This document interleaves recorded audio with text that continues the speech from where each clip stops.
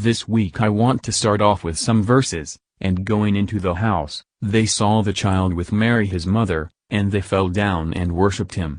Then, opening their treasures, they offered him gifts, gold and frankincense and myrrh. Matthew 2:11, and the shepherds returned, glorifying and praising God for all they had heard and seen, as it had been told them. Luke 2:20. There are several things we can learn from these verses. The first things we can learn from the wise men and shepherds is that Jesus came for all, from the Magi who pick kings in a foreign land, to a shepherd who is not even allowed into a synagogue, what today is a church, to worship God or make sacrifices. God sent angels down into one of the greatest celebrations in human history, and this is the closest any mortal has come to being in the throne room of heaven.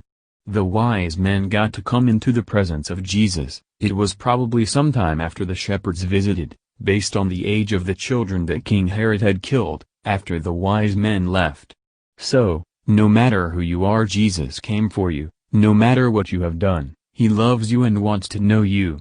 Another thing we can learn from the shepherds is that they were some of the least in their communities, the outcasts that could not even come into the synagogue because they were considered unclean, and the fact that they often were so poor they would not be able to clean themselves.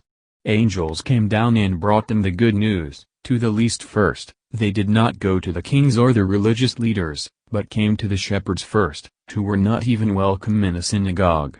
So this week, if you do not know Jesus, there could not be a better time to know him than here at Christmas time. You can click the link below to find out more about coming to know Jesus.